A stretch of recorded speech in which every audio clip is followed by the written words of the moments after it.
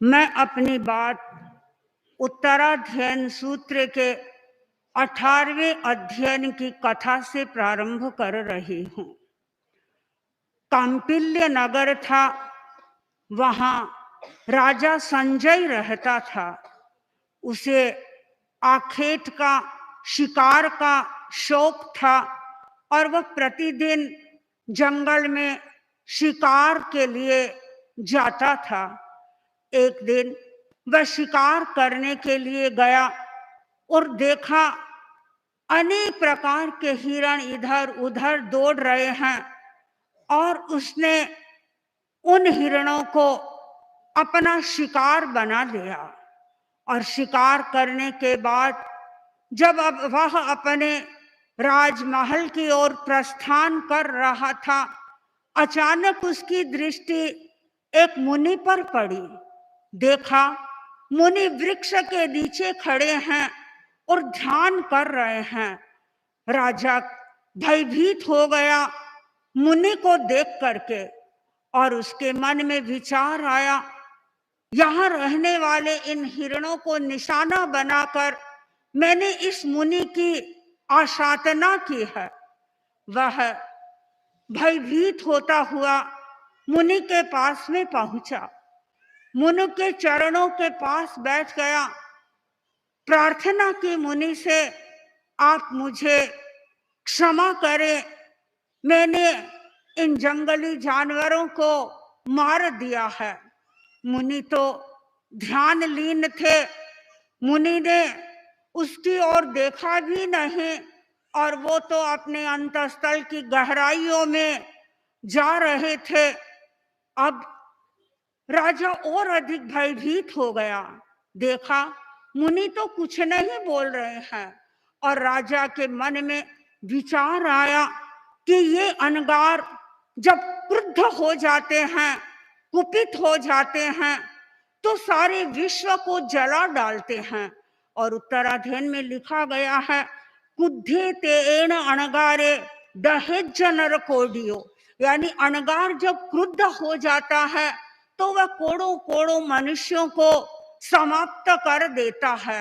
राजा का मन भयग्रस्त हो गया, क्या करे, वहां बैठा रहा और थोड़ी देर के बाद पुनः मुनि के सामने अपनी प्रार्थना प्रस्तुत की। मुनि से निवेदन किया, मुनि प्रवर, मेरा अपराध हो गया, मैंने भूल कर दी और आप मुझे क्षमा करें। अब थोड़ी देर के बाद मुनि ने आंखें खोली और आंखें खोली तो देखा सामने राजा है। राजा को आशीर्वाद देते हुए मुनि ने कहा, अभो पथिवा तुभ्यम अभय दाया भवाई है। राजन, तुझे अभय है और तुम अभय दाता बनो। यह एक प्रसंग है जिसमें अभय के संदर्भ में चर्चा की गई है। और अभय वही व्यक्ति रह सकता है जो अहिंसक होता है। भय के अनेक कारणों की चर्चा मिलती है, उनमें एक कारण है हिंसा। जहां हिंसा होती है वहां व्यक्ति भयभीत रहता है, हिंसा करता है और हिंसा करके ही वह भय की अनुभूति करता रहता है, वह शांत नहीं रहता। व्यक्ति कहता तो यह है, जब शस्त्रों का निर्माण करता है पूछते हैं कि यह हिंसा क्यों कर रहे हो, उत्तर ये होता है कि शांति के लिए मैं हिंसा कर रहा, शस्त्रों का निर्माण कर रहा हूं। शस्त्रों के निर्माण के द्वारा शांति कितनी होती है वह एक अलग बात है, लेकिन शस्त्रों का प्रयोग करने वाला तो हिंसक वृत्ति को ही बढ़ावा देगा और स्वयं हिंसक बनेगा। तो भय का कारण बनता है हिंसा। भय का दूसरा कारण बनता है संग्रह। जहां संग्रह होता है वहां व्यक्ति भयभीत रहता है, और जिन व्यक्तियों के पास में संग्रह नहीं है वे अभय रहते हैं। उन्हें किसी प्रकार का कोई भय नहीं सताता है और वो निर्भय होकर के घूमते हैं, विचरण करते हैं, परिव्रजन करते हैं। और जो संग्रह करने वाले व्यक्ति हैं, यदि उनसे कभी थोड़ी बहुत भी भूल हो जाती है तो वो भयभीत हो जाते हैं। एक बार एक व्यक्ति घूमने के लिए बाहर गया, अपनी मंजिल पर पहुंच गया और पहुंचने के बाद अकस्मात उसे याद आया, अरे मैं तो मेरे घर के बाहर ताला देना ही भूल गया और मेरे जो घर की गोदरेज थी वो भी मेरी खुली रह गई और मैं यहाँ आ गया, परिवार पूरा यहाँ आ गया और अब कहीं घर में कोई घुस गया तो, यदि चोर आ गया तो, या पड़ोसी कहीं हमारी कोई चीजें चुरा के ले जाएंगे तो। और इतने प्रकार का भय उसके भीतर पैदा हो गया।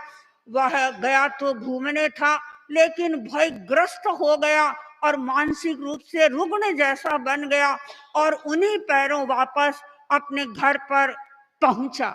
अब यह भय किसने पैदा किया? इस भय के लिए कौन उत्तरदायी बना? इस भय के लिए उत्तरदायी बना उसका संग्रह। यदि संग्रह नहीं होता तो शायद उसे भय भी नहीं रहता, वह उसके बारे में कभी सोचता भी नहीं, चिंतन भी नहीं करता। लेकिन संग्रह भय का कारण होता है और जब व्यक्ति संग्रह करता है तब भी भयभीत बना हुआ रहता है, व्यापार करता है तब भी भयभीत रहता है, मन में भय रहता है कहीं मुनि मुझे धोखा न दे दे, मन में भय रहता है कि कहीं मेरे पार्टनर मुझे धोखा नहीं दे दे, मन में भय रहता है अपने पारिवारिक जनों का भी, मुझे भाई धोखा न दे दे, मुझे मेरे पिता धोखा न दे दे। यानी इस प्रकार का अकारण कितना भय होता है, वह सारा संग्रह के कारण होता है। भय है फिर भी व्यक्ति संग्रह को बढ़ावा दे रहा है और इतना अधिक बढ़ावा दे रहा है और बढ़ावा दे करके उस होने में सुख की अनुभूति कर रहा है। ठानिंग सूत्र में 10 प्रकार के सुख की चर्चा की गई है। उनमें एक सुख है अत्थि। अत्थि का अर्थ है मेरे पास है, यानी आपके पास धन है, उसका आपको आपको अच्छी अनुभूति हो रही है, उससे आपको सुख मिल रहा है। मेरे पास इतना इतना धन है, यह होना संतुष्टि का भले ही कारण बन जाए, लेकिन मानसिक रूप से आप अवश्य व्यथित ही रहेंगे। यानी एक तरह की उद्विग्नता आपके भीतर में रहेगी उस धन के प्रति, उस संग्रह के प्रति। तो भय का एक कारण बनता है संग्रह। जहाँ संग्रह है वहाँ भय है, जहाँ हिंसा है वहाँ भय है। और तीसरा कारण बनता है भय का असत्य। जो व्यक्ति असत्य वचन का प्रयोग करता है वह भी भयभीत होता है। यद्यपि असत्य बोलते समय तो कुछ सेकंड लगते होंगे अथवा कुछ मिनट लगते होंगे, लेकिन उस बोलने का पश्चाताप तो उसे उसका बाद में भी चलता रहता है। कई बार व्यक्ति असत्य संभाषण कर देता है, करने के बाद में उसे पश्चात उसके मन में विचार आता है, अरे मैंने झूठ बोल दिया, और अथवा असत्य बात वह दूसरों को बताता है और बता करके ये कह रहा है कि देखो भाई मैंने तुमको ये बात कही है, इसको तुम आगे मत फैलाना। पर जिसको कहते हैं वह भी फैलाता है, वह स्वयं भी फैला रहा है और उसके मन में डर भी लग रहा है कि यह मिथ्या बात यदि उस व्यक्ति तक पहुंचेगी तो क्या होगा। यानी असत्य भाषी व्यक्ति कभी भी भय से मुक्त नहीं हो सकता। असत्य बोलने वाला व्यक्ति हमेशा भयग्रस्त रहता है और जो भयग्रस्त व्यक्ति है वह कभी भी अपने जीवन में सुख का अनुभव नहीं करता, वह कभी भी अपने जीवन में शांति का अनुभव नहीं कर सकता। यह भय कहाँ से आता है? भय कौन पैदा करने वाला है? मेडिकल साइंस के अनुसार हमारे मस्तिष्क में अनेक प्रकार के प्रकोष्ठ बने हुए हैं और वो प्रकोष्ठ अलग अलग बातों के लिए रेस्पॉन्सिबल होते हैं, जिम्मेदार होते हैं। तो हमारे मस्तिष्क में एक केंद्र है, एक प्रकोष्ठ है भय का, और उस प्रकोष्ठ को कहते हैं एमिगडाला। और उसके कारण हमारे भीतर भय की संज्ञा पैदा होती है। यदि उस केंद्र को निष्क्रिय कर दिया जाए तो भय की सारी संज्ञा समाप्त हो जाती है। एक बार अमेरिका की एक यूनिवर्सिटी थी, यंग सिंटियागो, और उस यूनिवर्सिटी में 1965 में एक प्रयोग किया गया बंदरों पर, और एमिगडाला पर प्रयोग किया गया। देखा कि बंदरों का जो एमिगडाला था वो निकाल दिया गया।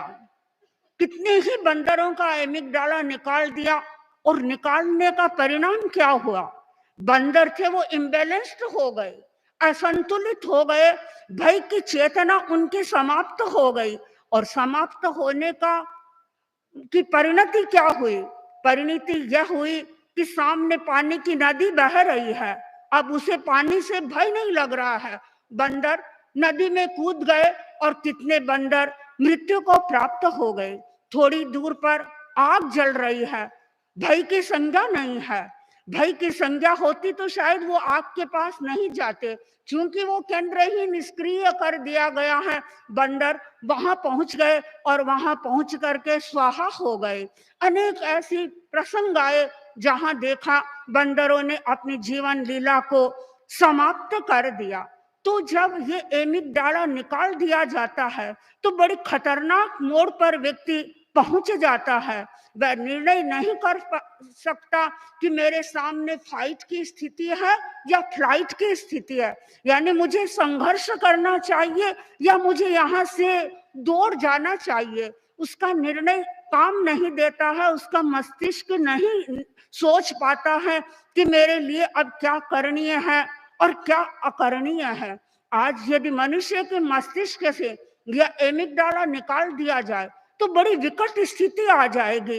वह चल रहा है और सामने खड्डा आएगा, वह भयभीत नहीं होगा। लेकिन जिस व्यक्ति के मस्तिष्क में भय की संज्ञा काम कर रही है वह भयभीत हो जाएगा। यहाँ खड्डा है, अरे मेरे सामने से सांप आ रहा है, मुझे इस दिशा में नहीं जाना है, मैं इस दिशा में जाऊंगा सांप मुझे काट जाएगा। लेकिन यदि एमिगडाला काम नहीं कर रहा है, वह उस दिशा में जाएगा, सांप उसको काट देगा।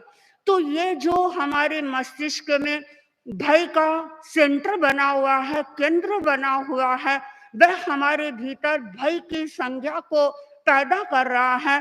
हमें इसको संतुलित रखना है और संतुलित रख के सारे कार्य करना है।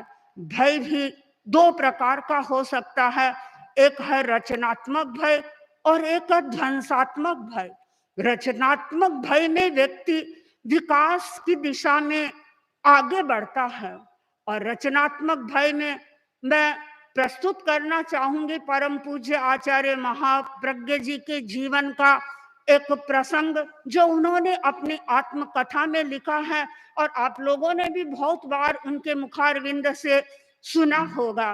उन्होंने अपनी आत्मकथा में लिखा है, मोमासर में परम पूज्य कालूगणी विराज रहे थे, और उस समय मुनिश्री नथमल जी और मुनिश्री बुद्धमल जी दोनों की अवस्था लगभग 13 वर्ष की थी। कालूगणी की उपासना में बैठे हुए थे। कालूगणी प्राय कुछ न कुछ बाल साधुओं को सिखाते रहते थे। एक दिन उन दोनों को अपने पास में बुलाया और बुला करके एक दोहा सिखाया। वह दोहा था, हर डर गुरु डर गांव डर, डर करणी में सार, तुलसी डर सो उबर, गाफिल खावे मार। ये पद्य उन्होंने याद कर लिया, कंठस्थ कर लिया, और कंठस्थ करने के बाद उन्हें ऐसा लगा कि हम तो अच्छे स्थान पर हैं। मुनि तुलसी के पास में ही है, और जो तुलसी से डरता है वह आगे बढ़ता है, जो मैंने वो हर कठिनाइयों से अपने आप को बचा लेता है, और जो उससे नहीं डरता है वह मार खाता है। यानी कई समय तक उनके यही इस श्लोक का वे यही अर्थ करते रहे। तुलसी का अर्थ मुनि तुलसी से ही लेते रहे, लेकिन जैसे जैसे अध्ययन की गहराइयों में गोता लगाया, तब उन्हें पता चला कि यह तुलसी मुनि तुलसी नहीं है, यह तुलसी तो संत तुलसी है। खैर जो कुछ भी हो, लेकिन यह डर उनके विकास के, उनके निर्माण में बहुत बड़ा निमित्त बना। जहाँ डर होता है, भय होता है, वहाँ व्यक्ति गलत कार्य नहीं कर सकता है, गलत कार्यों से अपने आप को बचा लेता है। और हम भी अपने जीवन में अनुभव करते हैं, परम पूज्य आचार्यवर्ग की सन्निधि में रहते हैं, अनेक प्रकार के प्रसंग आते हैं, कोई भी कार्य करते हैं, बराबर मन में भय रहता है कि आचार्यवर कहीं उपालंभ न दे। और जब परम पूज्य आचार्यवर ने मुझे महाप्रज्ञ वाङ्मय के कार्य करने की जिम्मेदारी दी, तो मेरे मन में यही भय था, इतना बड़ा कार्य दिया है, कहीं आचार्यवर मुझे उपालंभ न दे। भय था मन में, पर मैं अपना सौभाग्य मानती हूँ कि परम पूज्य आचार्यवर ने 3 वर्ष की उस अवधि में कभी भी मुझे उपालंभ नहीं दिया। लेकिन ये भय मैं अपने अच्छे के लिए मान रही थी, मैं अपने विकास के लिए मान रही थी। और आज भी मन में यही बात रहती है कि कोई कार्य करते हैं, मन में ये भय बना रहता है कि कहीं आचार्यवर को पता नहीं ये कार्य कर रहे हैं, आचार्यवर को अच्छा लगेगा या नहीं, हम अपने हिसाब से कर रहे हैं। ये भय हमारा रचनात्मक भय है, यह हमारा भय निर्माण की ओर ले जाने वाला भय है, यह भय हमें विकास की दिशा में आगे बढ़ाने वाला भय है। हमें भय और अभय की मीमांसा करनी चाहिए, कौन सा भय हमारे जीवन में आवश्यक है, लगे इस भय के द्वारा हमारे विकास की दिशाएं उद्घाटित हो रही है, उस भय का हम विकास करें। और लगता है जिस भय के द्वारा हमारी शक्तियां कुंठित होती है, जिस भय के द्वारा हम डिप्रेशन में जाते हैं, फ्रस्ट्रेशन में जाते हैं, उस भय से हमें दूर रहने का हमेशा प्रयत्न करना चाहिए। और जो व्यक्ति अभय होता है, वही व्यक्ति आगे बढ़ सकता है, वही व्यक्ति अपने जीवन में विकास कर सकता है, और वह व्यक्ति अपने लक्ष्य को प्राप्त कर सकता है।